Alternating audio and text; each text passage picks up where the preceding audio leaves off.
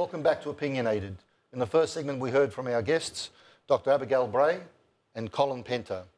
We are now crossing over live to a researcher in the private elite monopolies that influence the banking system, and also an expert on the Glass-Steagall legislation that was repealed in 1999. Robert, welcome. Thanks, Jerry. Can you tell us a little bit about the various influences behind the banking system and the central banks? Yeah, well, I think it comes down to government versus private control of the economy. It's not that complicated, really. There are definitely private shadowy elites, but they're mainly shadowy because people aren't looking behind the corners at them. We try and do that, pull the curtain back a bit and put a bit of sunlight on it.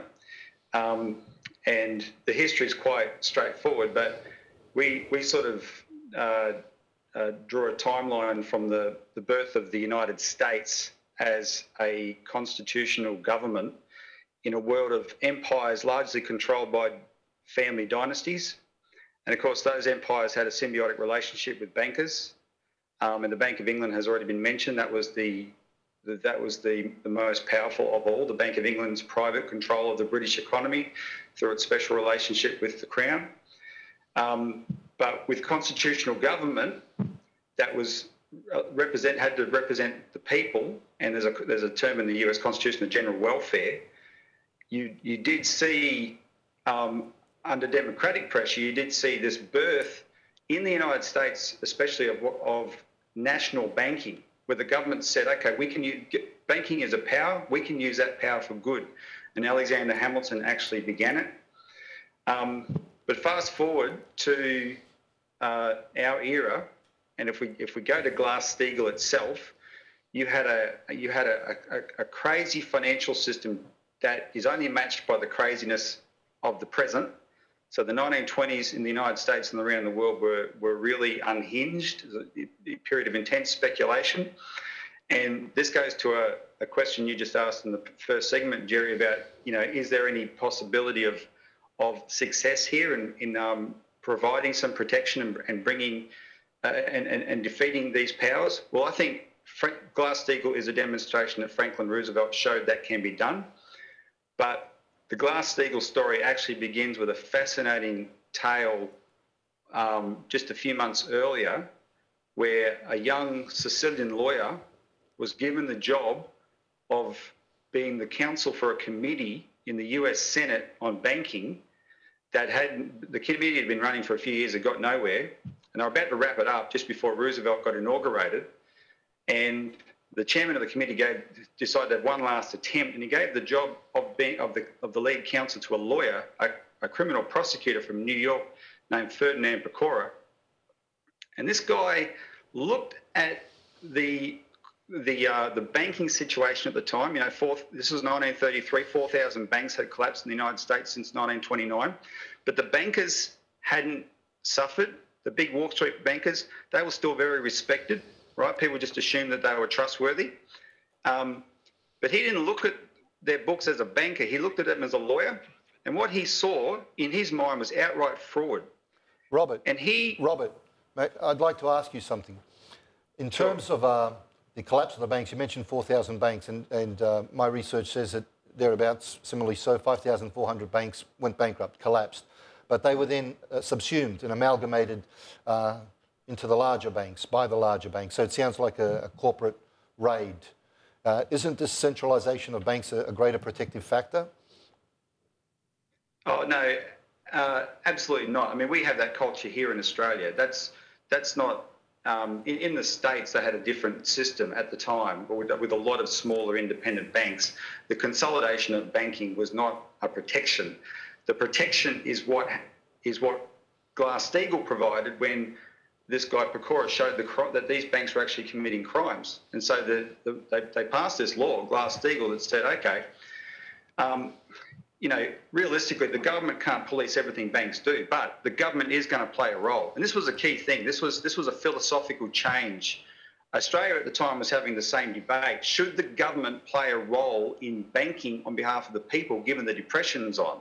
that debate was lost in Australia, but it won. It was won in America, and Roosevelt passed reforms including the SEC and Glass-Steagall, and they said, all right, we can't police everything. What we can do is divide it so that everything on one side of the wall that affects ordinary people, banking that services ordinary people from here on is protected by the government. Their deposits are insured, and people can put their money in a bank knowing that they're not going to lose their money again. Okay, so you've described, Robert, you've described effectively the separation of the investment banks and the commercial banks. But we've had financial crises throughout that period of Glass-Steagall. Why is that so? Well, not as such. That's a bit of a myth. What you didn't have throughout that period is from 1933 till about the 1980s, you didn't have any kind of crisis on the scale that we've had since the 1980s. And Glass-Steagall was repealed in 1999, George, but it began to be watered down in 1980 when Ronald Reagan became president. The watering down started, and they started making concessions and exceptions to Glass-Steagall. So the important question, why did the Clinton administration repeal Glass-Steagall in 99? Well, because the money power, as we called it, was quite an influence in the Clinton administration. I used to give Clinton the benefit of the doubt, but lately as a presidential candidate, his wife has been so defensive of their decision to repeal it, and Bill Clinton has also defended it, saying it's had nothing to do with the crisis, that I suspect he was somewhat brainwashed on it. He was certainly surrounded by a bunch of Goldman Sachs bankers at the time, and he did have some political problems with the Monica Lewinsky affair. But what had happened was, one of the things we monitor, including here in Australia, is these crazy gambling instruments, Jerry, called derivatives. And they had gone from pretty much nowhere in 1990. Global derivatives trading was only about $1 trillion in 1990. By 1999, they were about $100 trillion. Okay, Robert, and we have to wrap up. And now we're about to hear from Alex Wisson, who's a social researcher and independent journalist, and who is a former PhD candidate, well versed in a lot of the issues that we'll be talking about today, and understands neoliberalism in many ways that others don't. Alex, you've watched the segment, the program today. What's your views about these powerful elites behind the central banking system? Well, it's been a very stimulating discussion, Jerry, but one area that I would like to explore that hasn't been brought up so far is that we're not simply talking about the power of banks in isolation. The banks play an absolutely instrumental role in locking together corporate power more generally. You mentioned earlier the huge amount of tax evasion that takes place, offshore bank accounts, not just simply in countries like the Cayman Islands and Nauru and in secret Swiss banks, but throughout the banking network generally. There was a study done a couple of years ago by the International Consortium of Investigative Journalists and the Tax Justice Network that found that as much as $32 trillion of corporate money is nestled away, is ferreted away in these offshore bank accounts. Now, significantly, this study also found that some of the key banking institutions, some of the world's 50 biggest banks, were a part of this crime. Really, I don't think there's any way of describing it, of allowing corporations, facilitating corporate tax evasion. And in many ways, these banking institutions are invested in big corporations like Toyota, like News Corporation, and so forth. They have shares in these companies. They have banking directors on the boards of these companies. And that's one of the other ways in which they influence economic policy. So it's not simply through, as you say, the setting of interest rates, control of the money supply. It's actually having a direct interest in corporations. So you're talking about shadowy elites, powerful citadels of monopolies, small monopolies but powerful, that have actually tied up the economical affairs of the world with other capital, political, economic, intellectual, and the military-industrial complex, the whole lot, that they're intertwined. Absolutely, they're all interlocked at the very highest levels of power. And look, I think this area is obviously very complex. It's difficult for your viewers to get their heads around the world of finance. But in some ways, it's very simple. And I think it's important that your viewers appreciate the sheer scale of some of the institutions we're talking about, and we're not simply talking about banks per se and central banks, but also the big investment houses like Berkshire Hathaway, led by the second richest person in the world, Warren Buffett, who's estimated to be worth $72 billion. Colossal institutions like JP Morgan Chase and Goldman Sachs. Now, we're talking here about institutions that have hundreds of billions of dollars of capital assets under management. And I think that allows your viewers to appreciate the amount of economic activity that they influence and control. And we saw that in the 2008 financial crisis, when famously the US Congress in the last few months of the Bush administration passed the so-called Troubled Asset Relief Program, $700 billion to these banks. They remain unregulated, they remain unaccountable, and they remain very much firmly with the levers of the institutions of our economy. On that note, Alex, what hope do we actually have? As I put to Dr. Abigail Bray and Colin Penta, what hope do we actually have? We can argue, for instance, the Occupy movement as an example. In order to smash that Occupy movement in the United States, 700 people were arrested on the Brooklyn Bridge, Occupy protesters. 8,000 were arrested in the 1 year, and that broke the spirit of the American Spring, of the Occupy movement.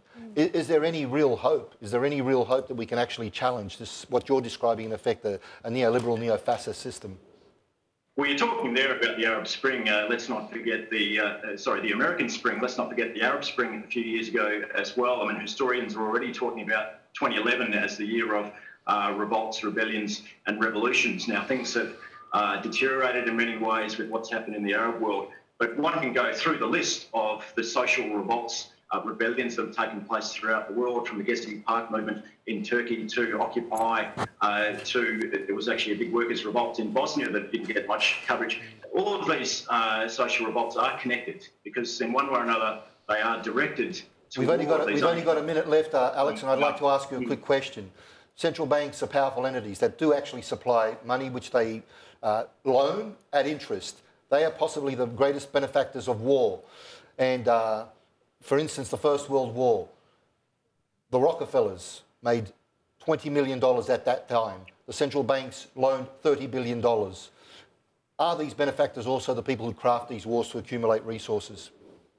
I think there's a lot of truth to that. I mean, famously, some of your viewers may know that the Rothschild banking house is said to have financed all sides of the French Revolutionary Wars. Britain, Prussia, and France were all in one way or another dependent on the Rothschild banking house.